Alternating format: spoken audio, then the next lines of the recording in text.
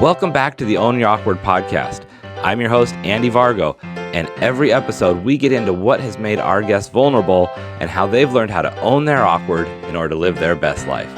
Stay tuned so you can hear every awkward moment in today's show.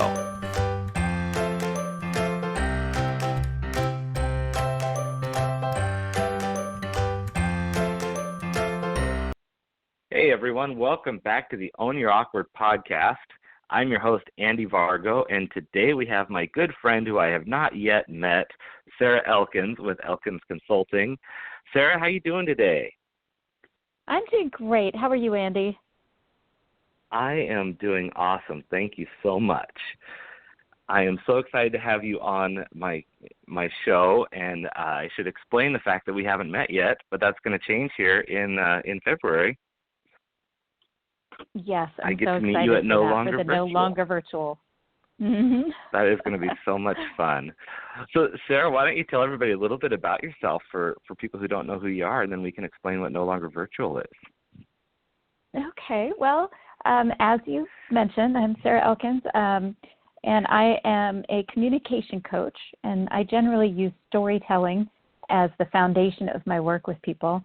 I find that people who understand how to share an appropriate story at the right time with the right audience just find their relationships deepen and improve.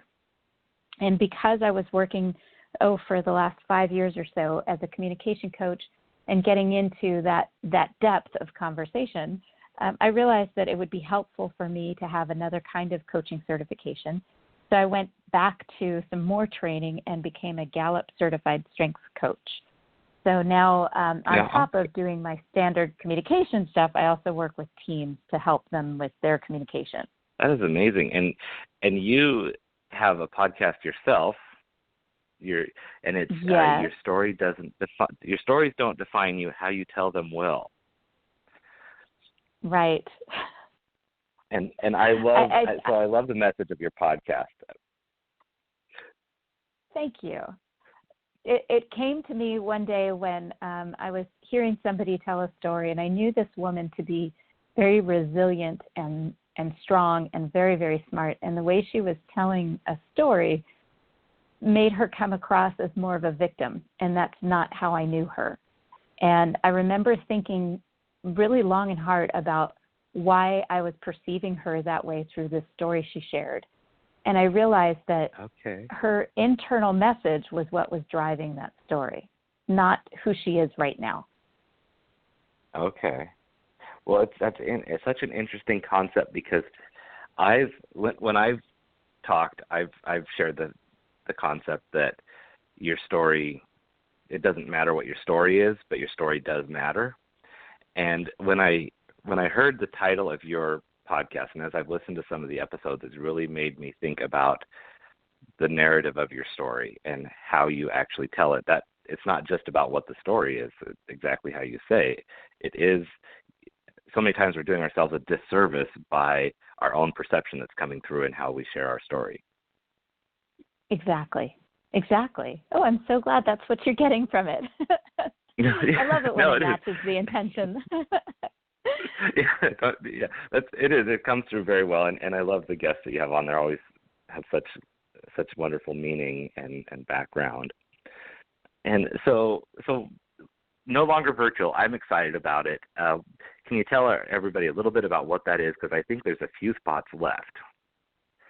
Yes, there are a few spots left, and No Longer Virtual was born because I was learning so much from people on LinkedIn that I felt very close to them, even though I had never met them face to face. And I realized that I had learned so much from them just from being online that meeting them face to face, I could learn so much more, that it would take that level even so much deeper.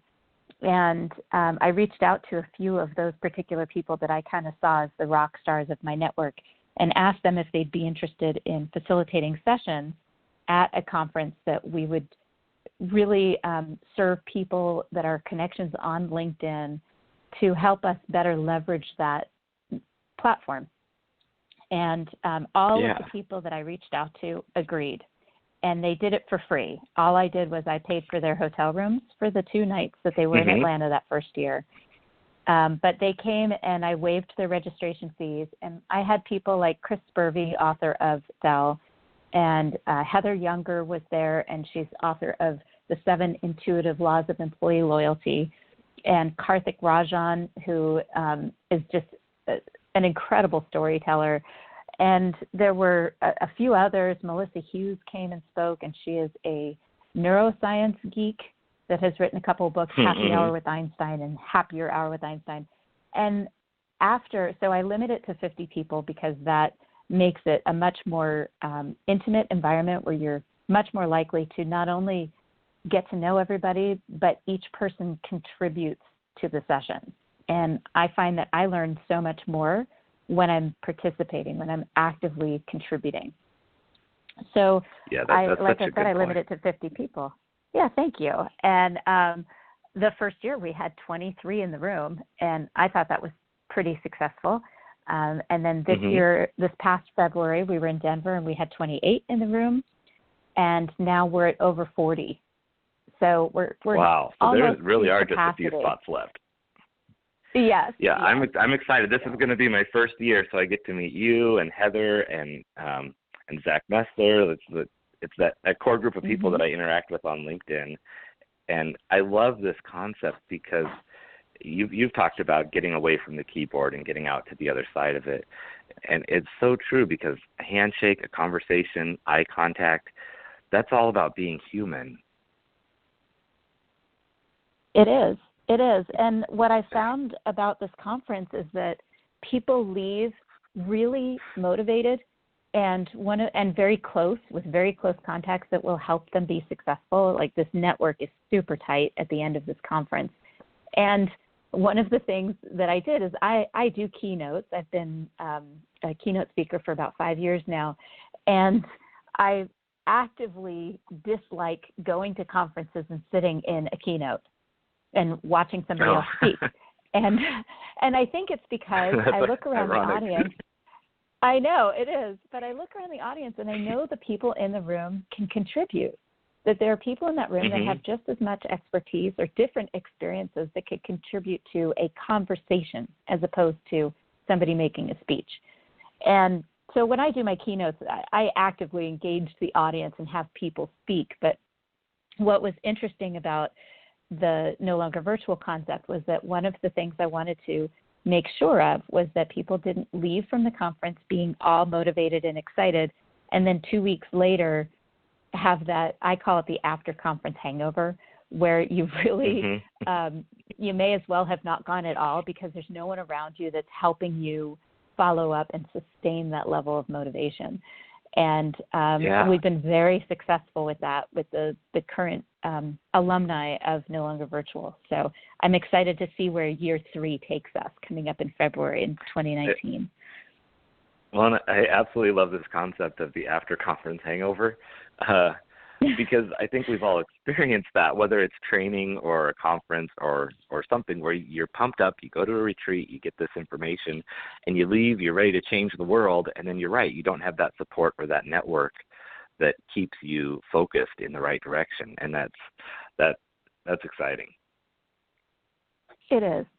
I think that's probably the best part of what comes out of No Longer Virtual. I mean, the sessions, they're based on very current and relevant topics that I see in Forbes and Inc. and on LinkedIn.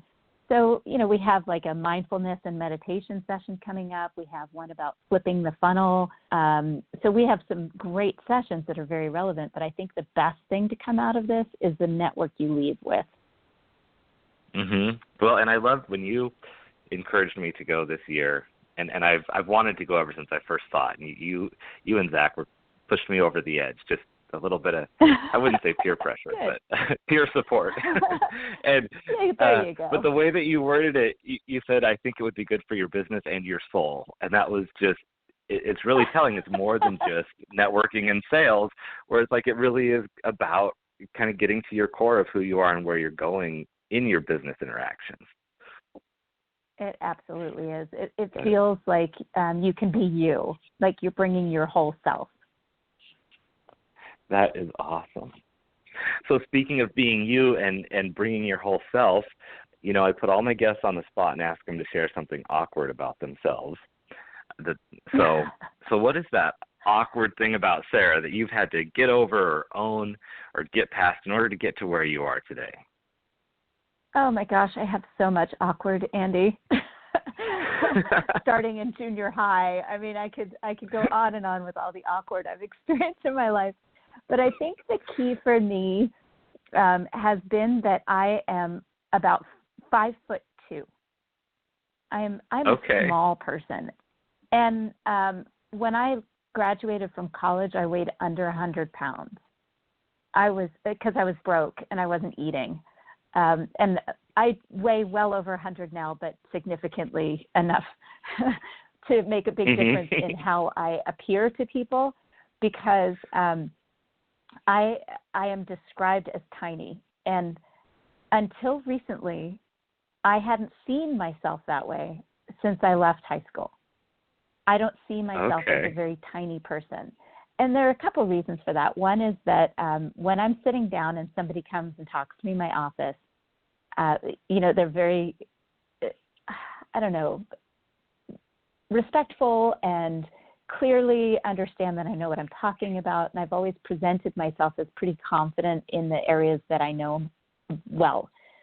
So people would come into my office no matter where I was working, and they talk to me as if I knew what I was doing.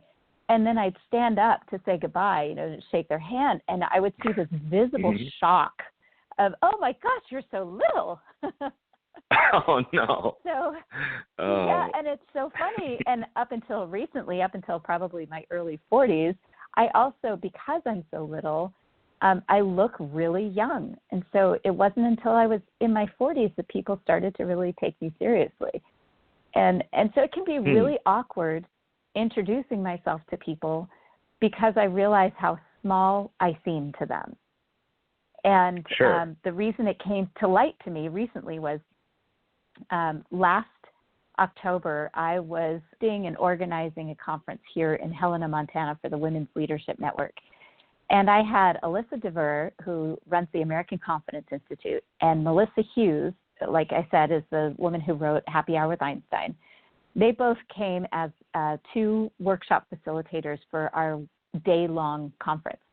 And then there was a woman that is just this phenomenal woman out of Missoula, Montana, that also came to host and facilitate the day and all the sessions. And it was a fantastic day. So I had been running around all day hosting this conference, making sure our speakers had everything they needed, making sure all our guests were enjoying themselves and getting everything out of it that they could. And there were about 140 people in the room. And at the very end, all the speakers, Melissa and Alyssa and then Colleen, we all stood in front of the step and repeat, the big logo-covered paper that you have at a conference. Oh, sure. So that you can, yeah. So, and you have people step in front of it so that you can take pictures. So we're standing in front of it, and I'm in the middle of these three women, and we're all smiling, and I'm wearing 2.5-inch heels, and I didn't think anything of it as we're all smiling and we're getting these pictures taken. It wasn't until the next day that I see this posted on Facebook. And I swear, Andy, I looked 12 next to these women. Oh no! I had this shock in my voice, and I said, "Oh my gosh, I'm so tiny." Oh, that's funny.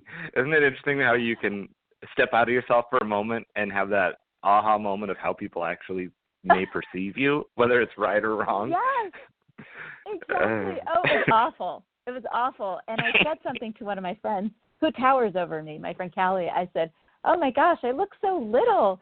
And she smiled at me. She said, "Sarah, no one sees you that way." Oh, that's beautiful. It really was, but it's hard to own that. You have to be larger than life when you're small in order to get past that awkwardness of being a head shorter than everyone around you. Right, and it's kind of that. Not that you've needed to fight an underdog fight, but it's that when you perceive something that is a challenge ahead of you, then you have to take it on even more. And like you say, you have to be bigger than the world can imagine that you are in order to get past it. Mm-hmm. It does feel a little like an underdog. Yeah. So you said that you didn't notice that since high school. Was that a struggle when you were in high school to deal with that, or was it just everybody? Because in high school, everyone's growing at such different heights that you kind of still have that hope of I might get a few more inches, you know? No, it was always awkward in high school, partly because I looked much younger than I was, and I saw myself as little all through school. In elementary school, in the school class pictures, I was always at the very end. You know, I was first in line when we would go by height, or I was last in line when we went by height. So all through elementary school, the worst part was when people thought that I was a toy. I mean, they'd pick me up and always ask if I wanted a piggyback ride, you know, but they would pick me up like I was a toy, like I was a doll. And it even happened in college once. I wrote a blog post about it. This guy actually, a basketball player, picked me up and set me on top of a Coke machine. Oh, my goodness. So my feet were dangling.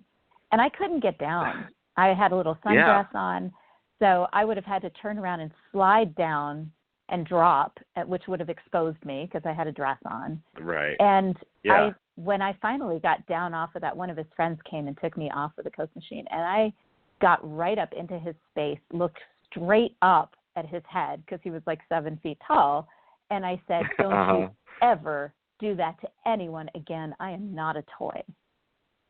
But good for you. That is something I grapple with all the time. Even now, you know, people just kind of make certain assumptions that I'm small and somehow helpless, but not people who know me.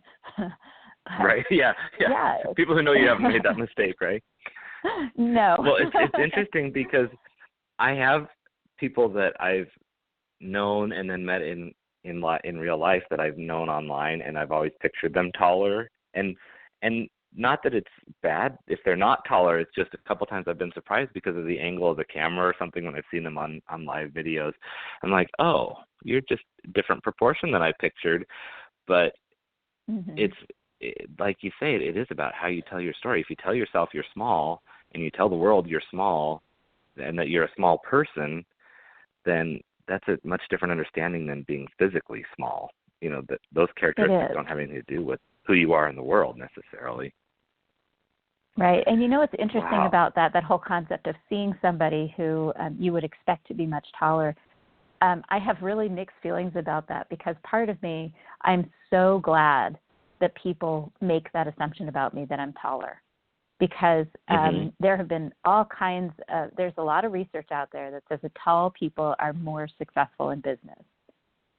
Right. So for people to I've make those. this mental image, so I'm okay with that. But part of me is really insulted by that. Like, you have to be tall to be successful. I mean, where does that even come from? Why do we have that bias? Yeah, and I have a couple friends that are, 6'7" and 6'8", and I can tell you they're as equally self-conscious about how tall they are. Where does everyone always have to ask how tall I am? Does someone always have to make a comment about my head being in the clouds or whatever the standard things are that people are always saying? And that's one thing that I really, when I talk with people, it's all about, whatever it is that you feel awkward about, the opposite is true for somebody else. And it's always that grass is greener on the other side. But learning to be okay with it. Yeah, my very tall women friends always give me a hard time. They're like, it's not so bad being small. Try being taller than all the men in your community. And, right. I don't have a problem with that. I've never had a problem with that. But, it's definitely, I have some very tall female friends that really struggle with that. They stand out. And for the opposite reason that I stand out. So. Well, and I just learned this from your podcast from last week that you're taller than your mother, it sounds like, by maybe a couple inches. Yep. I have about 1.5 inches on her. I'm pretty glad that I outgrew her. Yeah, that I think all of my kids are taller than me now, but it was interesting to hear her talk because she talked about playing basketball, and the thing that stuck with me about her story was she talked about all the moves that she could make and steals that she could get in there and get the ball away from people and surprise these people that were a couple feet taller than her or a foot and a half taller maybe, because she could get around and use her size to an advantage that caught them off guard. And I've written about that, about being underestimated and how valuable that can be. Mhm. I can imagine. So it's interesting to me that this is something that you dealt with in high school and then kind of shelved that as something that was even in your mind as you owned who you were and you just, made your life and were this bigger than life person. And then all of a sudden you see this photo and it just comes back to you at, 20 years later. How did that feel? It was interesting. I'm glad you asked that because I still am thinking about it clearly, or it wouldn't be so vibrant, such a vibrant memory. I think in some ways I've taken advantage of that underestimated quality. That people underestimate me because I'm little and they assume that I'm young. And I found that in the last year or so, that I don't tell my story as if I'm a small person. So I think it's actually, I think it's been to my benefit that I saw that image of myself, because I recognize that it's actually sometimes more awkward for people around me than it is for me, because they feel like they're towering over me. And so I've given myself kind of a different perspective in terms of standing back, making sure I'm not too close to people so that they don't feel so awkward about standing so tall above me. I make sure that we find a place to sit down rather than standing to talk, because especially really tall people, they feel more awkward than I do. Yeah. No, so I can understand that. It definitely gave me a different perspective. Yeah, I've seen I've been in conversations with someone where we're not at equal heights in either direction, and just not being on the same level is awkward, but you don't want to make it more awkward by trying to level it in the wrong way. Like if I'm talking to someone tall, do I stand on a milk crate? Or, if you feel like you're leaning over too much, it's like I'm not trying to make fun of the situation, but it is kind of like, okay, how do we, I like the idea of sitting down, because that just kind of neutralizes where you're coming from both sides. Another thing that, go ahead. As you know, finding humor in it is actually, I think, one of the best tools that I have.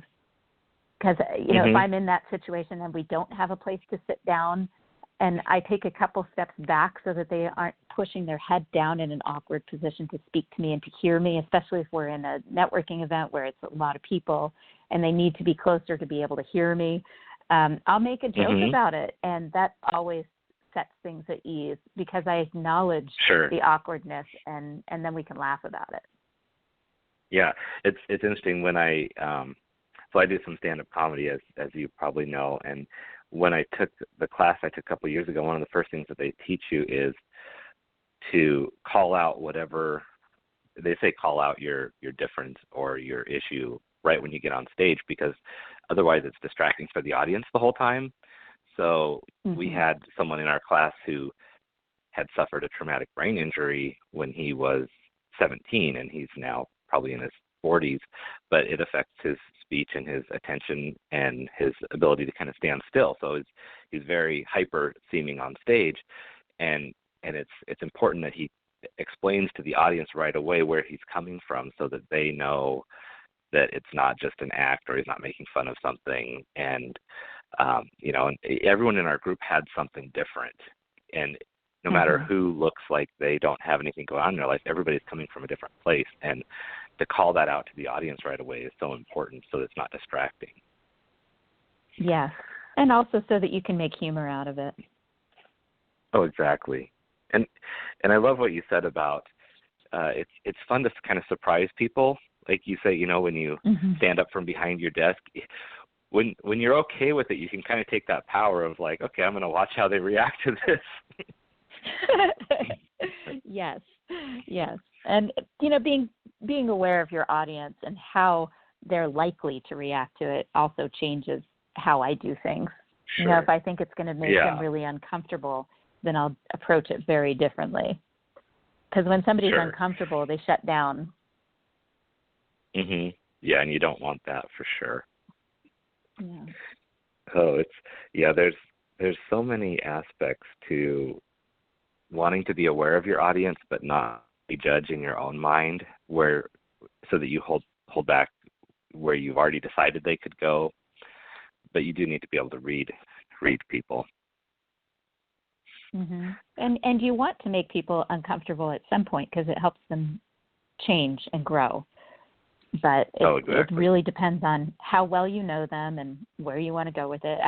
It all comes back to just being intentional about what you want out of that relationship.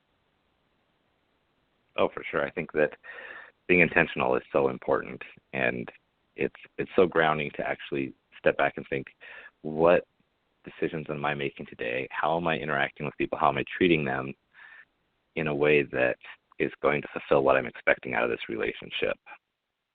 Mm-hmm. So, Sarah, we've got just a couple more minutes here, but what are some words of wisdom or a last quote you'd like to leave our audience with today? Oh, that's a good question. I really And no like pressure. that. No, I love what you say about own your awkward. And I think it's just really important for people to recognize that everyone has something that's awkward about them. No one is beyond that. Even the rock stars of your life, there's something awkward about them. Acknowledging that and then choosing to use it to your benefit in some way. I would love to see more people embrace that and choose to be who they are and bring their whole selves to every environment. Yeah, I love that, and that's the mission I'm on. It's definitely what it's all about, because I think that twofold. There's so many things that people can bring to the world that they're holding back from themselves, and they could add so much great value and happiness to the world, but also for themselves. People would be happier in their own right if they felt more comfortable in so many situations. Mhm. Yeah, and that's the key to the success of any relationship. Oh, for sure. Definitely. Well, Sarah, I cannot wait to actually meet you in just a couple months here. I can't believe that's right around the corner. I'm sure I that's even know. harder for you, as much work as you're putting into it. Yeah, it's pretty exciting. I love it. Yeah, and there are links in the comments and the description for this episode to Elkins Consulting and where to find Sarah, so that you can check her out, and also sign up for No Longer Virtual if you get in quick enough. There's just a few more spots. So thank you so much Well, for thank you joining us for today, hosting Sarah.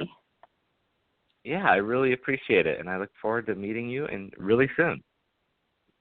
Yes, very Thank you, soon. everyone. Thanks, Andy. Yes. Thank you. Thank you, everyone. You have a great day. We'll talk to you next week. Thank you so much for listening in for today's show. Be sure to visit awkwardcareer.com to continue your journey. And of course, please like, subscribe, and share with your friends so they can find their awkward side and learn how to own it.